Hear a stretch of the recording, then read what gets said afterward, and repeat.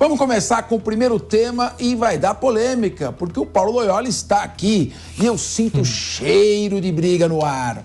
Bom, o discurso de Jair Bolsonaro durante o ato de ontem na Avenida Paulista, aqui em São Paulo, reforçou a linha de investigação da Polícia Federal de que houve um planejamento para a tentativa de golpe. O ex-presidente se defendeu da acusação, mas indicou saber da existência de minutas de texto que buscavam anular a eleição do presidente Lula. Diante de seus apoiadores, Bolsonaro falou sobre o documento e disse que tentativa de golpe é colocar tanque nas ruas e que estado de sítio começa com o presidente convocando os conselhos da República e da Defesa. Além disso, Bolsonaro defendeu a pacificação do país, disse que o povo brasileiro não merece estar vivendo esse momento e pregou em favor da liberdade como bem maior. O ex-presidente também fez uma série de críticas, mas sem citar nomes, e pediu anistia aos presos do 8 de janeiro. Vamos começar debatendo? Vou aqui com o nosso professor de Relações Internacionais, o Acácio Miranda. Olha, isso aqui está me parecendo, a Polícia Federal enxerga no discurso indícios que aprofundam a investigação. É importante a gente passar algumas informações para pautar este debate. Existem duas minutas, não são minutas, são dois papéis, duas folhas apócrifas, sem assinatura, de arremedos de estudo jurídico. Uma é uma interpretação do que um grande jurista brasileiro defende. E o outro são ali uns 10, 12 parágrafos muito mal escritos, sinalizando com a possibilidade de uma decretação de estado de sítio. Muito bem. Qual é a origem desses dois documentos? Segundo, foi amplamente divulgado pela imprensa, esses dois rascunhos muito mal escritos, muito mal elaborados, que não chegam nem a ser minuta de decreto. Isso não é minuta, isso é um rascunho não assinado. A verdade é essa. São dois rascunhos não assinados. Minuta já tem todo aquele protocolo, aquela forma de decreto preparatório, um roteiro. Não, ali são dois rascunhos que nem estudante de segundo ano de direito faz. Muito mal feitos. Dois rascunhos não assinados. De acordo com o que amplamente divulgado, esses dois rascunhos se encontravam no celular do ajudante de ordens Mauro Cid. Foram encontrados com o ajudante de ordens Mauro Cid. Eles, então, estão anexados ao inquérito das fake news. Inquérito que investiga tudo. Bom, esse inquérito que investiga tudo, ele tem, portanto, esses dois rascunhos apócrifos não assinados, esses dois arremedos de estudo, esse projeto de trabalho de um primeiro-anista de faculdade de Direito no celular do Mauro Cid. O advogado do Jair Bolsonaro deu várias entrevistas. Quando teve acesso a esses dois documentos, por causa que eles estão no inquérito, foi lá que esses documentos foram parar, ele então informou o presidente de que no inquérito havia duas, que estamos falando minutas, dois rascunhos sem assinatura de estudos jurídicos. Muito bem. O presidente então disse: manda para eu ver, ex-presidente Jair Bolsonaro, manda para mim que eu não tenho conhecimento, eu quero ver do que se trata. O advogado então manda um WhatsApp os dois documentos apócrifos que estão no inquérito da Polícia Federal, e ali o advogado do ex-presidente Jair Bolsonaro teve acesso, porque estavam no celular do ex-ajudante de ordens Mauro Cid. Ele enviou por WhatsApp esses dois rascunhos para o WhatsApp do presidente. O presidente, então, em vez de lê-lo no WhatsApp, normalmente o tiozão faz isso, ele imprimiu aqueles dois documentos para ler. Isso tem, aliás, uma ata notarial do envio dessa mensagem do celular do advogado para o celular do ex-presidente Jair Bolsonaro. Isso no dia 18 de outubro. do ano passado, de 2023, muito tempo depois de 8 de janeiro e tudo. E aí, então, esses documentos ficaram lá encostados, 2 rascunhos lidos. Então, quando o presidente fala desse discurso, ele tomou, segundo a defesa de Jair Bolsonaro, pelo que foi divulgado pela imprensa, ele tomou conhecimento desses 2, eu me recuso a chamar de minuta. Sim. Isso é uma hipérbole, um exagero. Chamar de minuta 2 papéis com uma sequência de ideias confusas que combinam, uma deles com a sugestão para decretação de estado de sítio. Esses 2 rascunhos, o presidente disse que tomou conhecimento dele no dia 18 de outubro. A investigação tem que se aprofundar. Nós temos que aguardar o desenrolar da investigação. Mas o fato do presidente ter dito em 25 de fevereiro que ele tinha conhecimento das minutas, que ele tomou conhecimento no dia 18 de outubro, não aprofunda investigação nenhuma. E aí eu quero colocar para você, a Cássio Miranda, vou ouvir também os demais, é aquela história.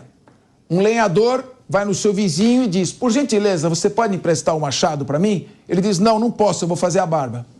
Tudo é desculpa para você chegar onde você pretende. Sim. Então, eu quero dizer para você, às vezes eu sou atacado por isso, eu critiquei algumas ações da Lava Jato quando eu entendi que as investigações centravam-se totalmente na pessoa do atual presidente Lula. Por quê? Porque é uma questão de que quem tem formação jurídica rejeita investigações sobre pessoas. Nós queremos investigações sobre fatos objetivos e não perseguir alucinadamente um objetivo, como se o processo servisse para isso, ou a investigação. Eu sou um dos maiores defensores da Polícia Federal, sempre propaguei e defendi o trabalho da Polícia Federal, relacionamento fantástico com vários diretores gerais da PF. A PF, eu digo que o papel que o Ministério Público representou desde a Constituição de 1988, na moralização dos costumes da administração pública, a Polícia Federal tornou-se um dos principais protagonistas a partir, sobretudo, desse milênio, do ano 2000. E é um órgão de Estado, não é um órgão de governo, é um órgão que segue uma doutrina própria, tem toda uma estrutura de investigação e é por isso que ele é sempre reconhecido e elogiado. A gente espera que esse tipo de declaração não se repita, que a investigação se concentre, que ela avance, que a verdade venha à tona, que quem tem que ser responsabilizado seja responsabilizado, mas não dizer que o discurso no palanque aprofunda os fatos da investigação. Isso é uma narrativa que, no meu ver, não se coaduna com uma investigação de um órgão de Estado. A Cássio Miranda. Capês, 3 pontos. Primeiro, boa tarde a você, aos colegas e boa tarde especial à nossa audiência. É importante nós ressaltarmos, e eu já disse isso aqui, vou parafrasear você em outras oportunidades e apanhei bastante. O embrião do que nós vivemos hoje no nosso judiciário, e eu vou colocar de forma genérica, foi a Operação Lava Jato. Todos os atropelos às garantias individuais, todas essas interpretações expandidas ganharam musculatura no nosso ordenamento jurídico na Operação Lava Jato.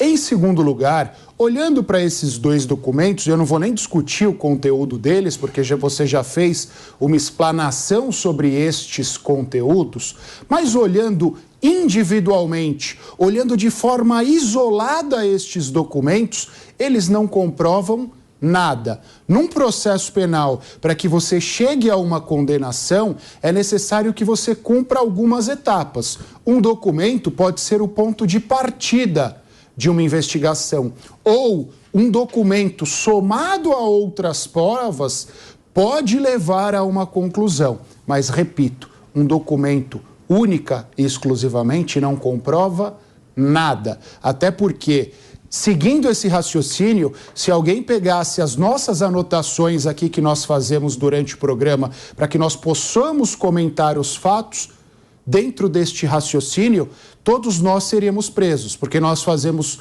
comentários, nós conjecturamos e nós construímos o nosso pensamento nesse papel. E o terceiro ponto é a cogitação. Eu tive um professor de direito penal na faculdade chamado Ferdinando Capês. Opa, meu primo, meu parente. E ele falava sobre as fases do crime, o que nós chamamos em direito penal de iter criminis. E a segunda fase do crime é a cogitação.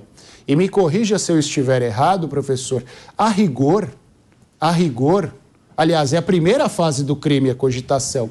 A rigor, a cogitação, por si só, não é suficiente para nós acusarmos ninguém, muito menos para nós condenarmos alguém. Se a cogitação, que é uma fase interna e por vezes externa, através de anotações ou algo que o valha, fosse suficiente para a condenação de alguém, todos nós, sem exceção, estaríamos presos. Porque no íntimo, quando nós ficamos com raiva de alguém, a gente acaba pensando alguns impropérios contra aquela pessoa, isso pode constituir uma forma de crime. Então, documento, por si só, não serve para condenar ninguém. O brocardo, o famoso brocardo romano, cogitationis pena nemo patitur. Ninguém responde por cogitação. Ou penseiro não paga gabela. Pensamento não paga imposto. Né? Enquanto a conduta estiver aprisionada nesse claustro psíquico da mente, não existe. Então, para que haja a tentativa de golpe, é necessária a prática do primeiro ato concreto. Tentar baixar um decreto totalmente contra a Constituição, sem ouvir o Congresso Nacional. Discussão, ainda que seja de bobagem, discussão de temas, a mera discussão não entra numa fase de execução. O que me parece, Paulo Loyola, é que está se tentando estabelecer um liame entre os atos praticados no dia 8 de janeiro e um planejamento prévio. Para que seja estabelecido esse liame, esse nexo, não bastam ilações. Mas eu gostaria de ouvir a visão também política sua. Bem, muito boa tarde aí ao público, boa tarde, Capês. Mais uma vez, muito obrigado aí pelo convite. Vamos lá. Bem, primeiro chama muita atenção a mudança de tom do Bolsonaro em relação ao ato de ontem, comparado com o ato, por exemplo, de 7 de setembro ali de 2021. Ontem ele fala de passar uma borracha no passado, de fortalecer a liberdade, de fortalecer a democracia, quando, na verdade, nos atos de 2021 já fez ataques muito mais diretos aí ao STF, ao Alexandre de Moraes e outros desafetos políticos. E, na verdade, não só ele, né? Praticamente todo mundo que falou ontem no ato fez falas muito brandas, com exceção aí do Malafaia, e foi interessante até ver que na hora da fala do Malafaia, algumas pessoas até saíram do carro de som, o próprio Tarcísio saiu de perto, o Zema, que também estava por ali, se afastando desse discurso mais radical representado pelo Malafaia nesse momento. Então, chama atenção, antes de tudo, essa mudança de tom de Bolsonaro. Também chegou aí um fato novo, né? Provavelmente pensado aí dentro da estratégia de defesa do ex-presidente, ao reconhecer que sabia da existência de algum tipo de minuta, de tentativa, de alguma coisa. Ele já tinha, na verdade, antes, tentado entregar a cabeça ali do Braga Neto, né, dizendo que não, o Braga Neto queria falar sobre isso, eu não dei muita atenção. Outras vezes ele já falou que raramente usava a inteligência. Ele vem tentando achar linhas narrativas para se afastar do processo que está cada vez mais batendo a sua porta, né? E aí tem, obviamente, algumas incoerências nessa narrativa. Por exemplo, se tudo estava tão dentro da legalidade, a gente precisaria entender por que um comandante do Exército resistiu aí à questão do estado de sítio, ou da GLO, ou do que quer que fosse tentado naquele processo. Mas o que está me parecendo muito, Capês, nesse momento, é que o Bolsonaro está preparando um terreno para montar um discurso de perseguição caso venha a ser efetivamente preso dentro do processo. Lembrando aí que o processo já chegou no líder da oposição no Congresso, já chegou a um dos filhos do Bolsonaro, a gente tem a delação do Mauro Cid, a gente vai ter possivelmente outras delações subsequentes, e o que bastante gente na política vem dizendo é que há uma probabilidade bastante grande.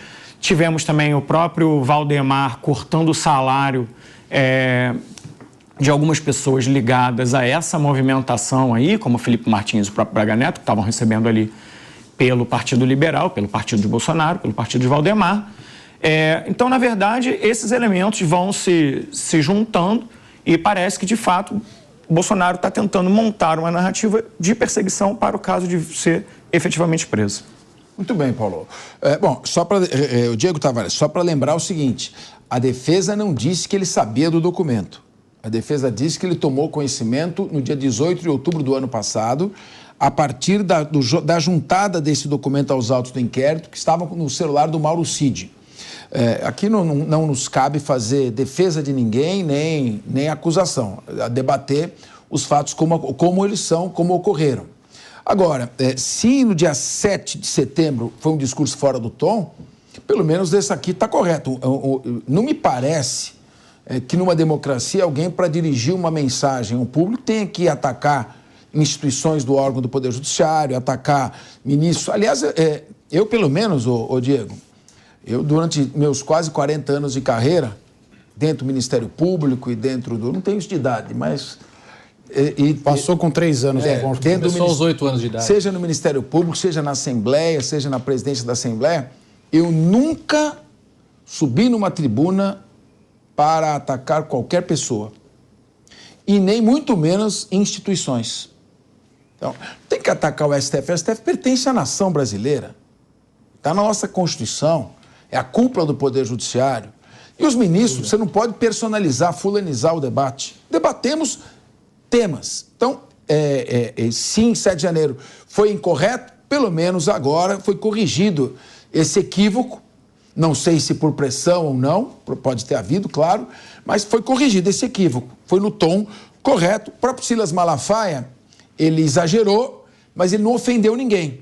Paulo, acho que pelo que eu me lembro, ele não chegou a fazer um ataque explícito a ninguém. Precisaria rever, eu acho que ele fez um ataque ao Alexandre. Não falou o nome, mas não falou o nome. Não, eu precisaria rever mesmo. Me disseram, eu não lembro do discurso, me disseram que foi um pouco forte, mas que não foi ofensivo, que ele não chegou a ofender ninguém, a atacar ninguém. E tem um detalhe, durante o discurso do Silas Malafaia, todas as autoridades que estavam, especialmente o governador Tarcísio de Freitas, saíram de perto, né? Eles foram para outro setor do trio elétrico. Então, enquanto Silas Malafaia falava, essas autoridades não estavam. É bom a gente ressaltar isso. É o que eu havia comentado também. O que ele comentou isso. O que ele falou é que... Falou, obviamente, sem nenhuma prova, ali criando uma narrativa de que o governo Lula saberia do que ocorreu no dia 8 de janeiro sem apresentar absolutamente nenhuma prova.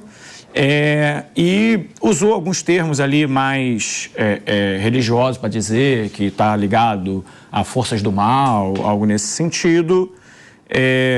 Mas eu precisaria ver aqui com mais detalhes para ver efetivamente o que mais foi dito. Então, agora são 14 horas e 30 minutos.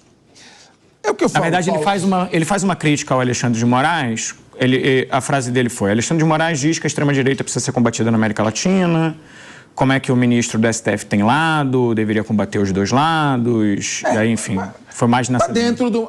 veja bem, está dentro de uma crítica. Mas se não puder fazer nenhuma crítica, por favor, está dentro de uma crítica objetiva. Em vez de falar Lula sabia, porque ele não pode falar, porque ele não tem provas, você não pode acusar sem provas, tem maneiras de dizer a mesma coisa, dizendo, olha, eu acho estranho não ter tido nenhuma vigilância, nenhuma proteção nos prédios públicos, acho estranho a polícia não ter feito uma barreira impedindo a chegada das pessoas, precisa apurar a responsabilidade por esta omissão.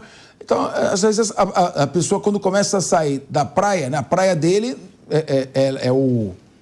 não é o altar, é o púlpito. Né? Então, quando vai fazer análises políticas, aí já não é muito a praia dele. Aí corre o risco de falar um tom assim. Mas parece estar dentro de um ponto de análise. Meu querido Diego Tavares, a questão que eu estou colocando, que é a notícia foco, primeiro, Bolsonaro prega pacificação. Devia ter feito isso antes, é verdade. Mas nunca é tarde para pregar a pacificação. O país não precisa de pacificação. O país precisa, não dá para ter essa polarização. Eles e nós, é direito, é esquerda, um quer agredir o outro. Não é possível que não tenha um meio termo que as pessoas possam discutir civilizadamente política, debater. Então esse é o primeiro ponto. O segundo que eu queria também que você abordasse, essa questão de dizer que o fato dele falar, o discurso dele é um aprofundamento das investigações. Isso é uma narrativa.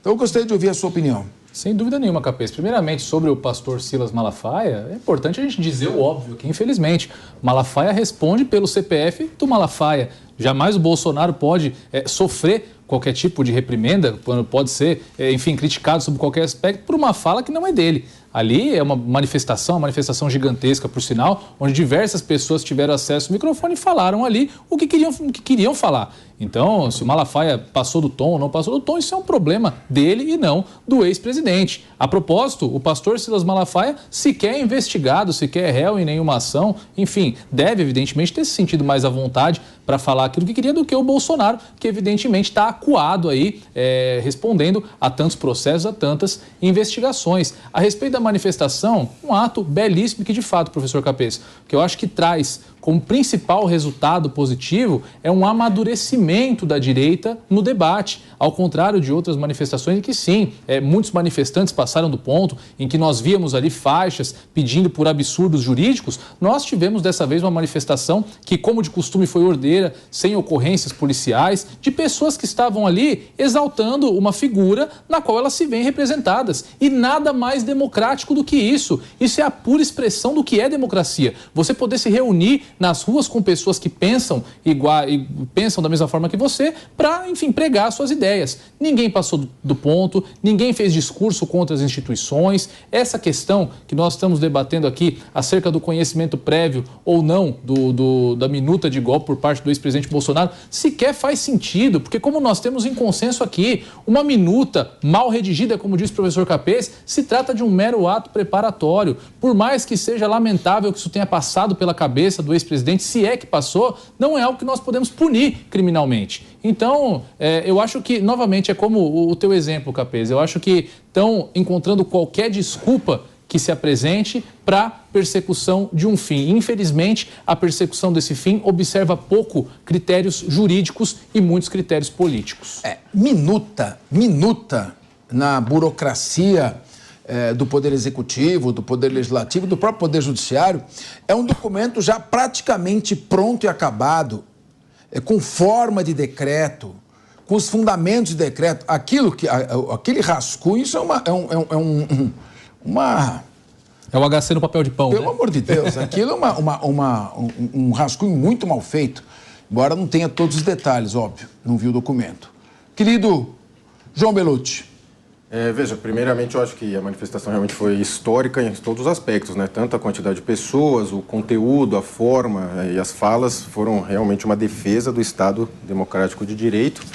E, na minha visão, é possível criticar-se, né, os poderes da República, os ministros, os juízes, enfim, a crítica é válida, né? Não se pode confundir, criou-se essa história de criticar alguma decisão, algum membro da Suprema Corte a um ataque à instituição. Não, muito pelo contrário, é uma crítica válida. Quem exagerar vai responder nos termos da lei. Um outro ponto que eu observo também é que cria-se o espantalho da Lava Jato para se justificar qualquer coisa. Que a Lava Jato pode ter atropelado alguns pontos da lei, ok, mas não justificaria, na minha visão, a anulação de tudo e usar esse espantalho, até porque são situações diferentes, né? A Lava Jato foi em primeira instância, depois segunda, depois terceira e depois lá em cima que ocorreu todas as anulações, nulidades, enfim. Agora não, é tudo direto lá no Supremo, então é diferente, não tem nem a segunda instância, a terceira instância, é tudo uma supressão de instâncias. E como vocês bem colocaram, seriam atos preparatórios, né? Uma minuta não seria nada disso, é mais um brainstorm ali que eles foram digitando, imprimiram e falaram, vamos.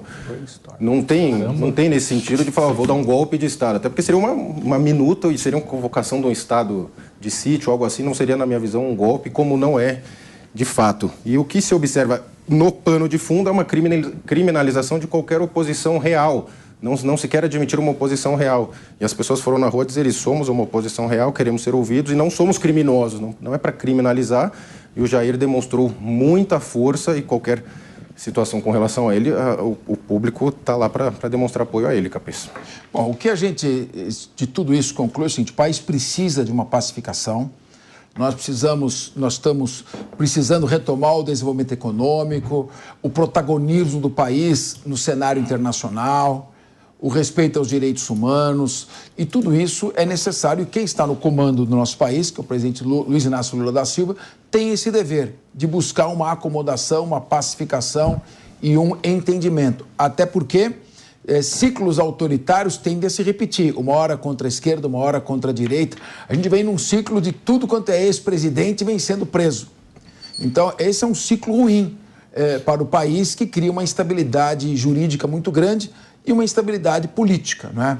E é preciso também fortalecer o poder de quem tem voto, de quem tem representatividade popular, porque todo poder emana do povo. E também, finalmente, que as investigações sigam com objetividade, impessoalidade, sem nenhum impulso punitivo ou persecutório. Que os fatos continuem sendo investigados e quem, eventualmente, tenha tramado a tomada de poder por meio violento, que seja responsabilizado. Mas que, para chegar até isso, que seja respeitada a ciência penal e a ciência processual penal. Vamos prosseguir com mais informações sobre o evento. Michele Bolsonaro foi um dos destaques do ato na Avenida Paulista. Em seu discurso, ela falou sobre, abre aspas, assassinato de reputação diário, como colocando essa perseguição que seu marido Jair Bolsonaro está sofrendo, segundo a visão dela. Já o governador de São Paulo, Tarcísio de Freitas, que também participou da manifestação, foi com outro enfoque. Ele disse ser grato a Jair Bolsonaro, que ele não era ninguém a tecer uma aposta de Bolsonaro, que o chamou para ser ministro da infraestrutura.